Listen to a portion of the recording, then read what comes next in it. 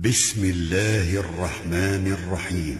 د الله په نامه سره شروع کوم چې ډېر زیات مهربان بے حده رحم کوونکی دی. الحمد لله رب العالمين.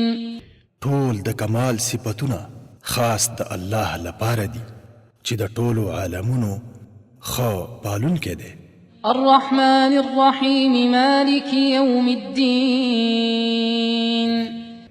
ډېر زیات مهربان بے حده رحم کوونکی دی. د بدلې د ورځې مالک دی. إياك نعبد وإياك نستعين.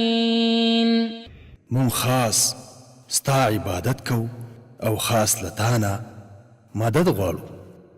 اهدنا الصراط المستقيم صراط الذين أنعمت عليهم غير المغضوب عليهم ولا الضالين. تمون تسمى نیغه لاره وخیا د هغو خلقو لاره چې تا پر هغوی باندې انعام کړی دی چې نو پر هغوی باندې غضب شوی او نو گمراهان دي.